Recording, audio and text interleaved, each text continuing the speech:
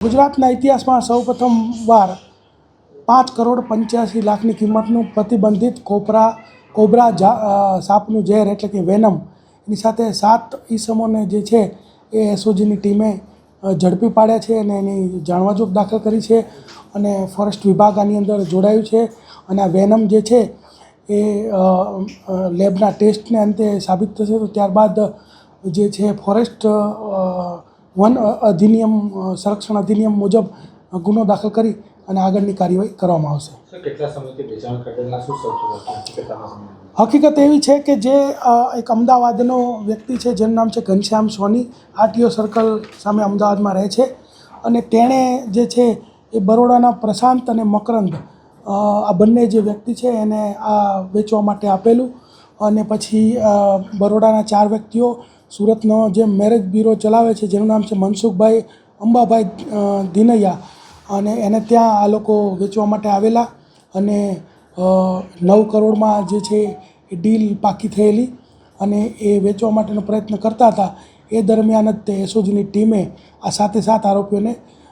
આ જે 6.5 ml કોબરાનું ઝેર વેનમ છે એની સાથે ઝડપી પાડ્યા છે. આ જે વેનમ છે એ પ્રતિબંધિત છે અને એની 1 mlની કિંમત 90 લાખ રૂપિયા ઇન્ટરનેશનલી ગણાય છે અને આનો જે ઉપયોગ છે એ અલગ અલગ દવાઓ જેમ કે બીપીની દવા, પછી લોહી ગંઠાવાની દવા, હાર્ટ એટેકથી બચવા માટે તેમજ સાપનું ઝેર જે હોય છે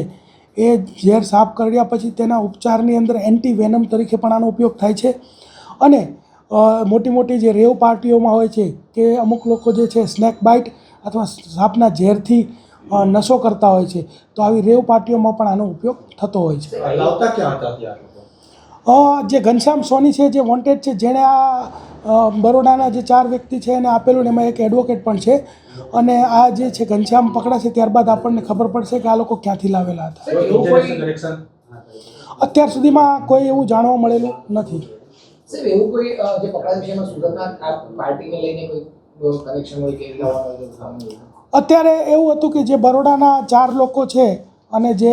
સુરતના 3 આ બધા લોકો જે છે એ મળીને અલગ અલગ કમિશનથી એમને એવું હતું કે ભાઈ 9 કરોડમાં ડીલ ફાઇનલ થઈ જશે તો એ રીતે વેચવા માટે ફરતા હતા અને એ વેચાણ થાય એ પહેલાં જે એસઓજીએ એને ઝડપી પાડ્યા છે.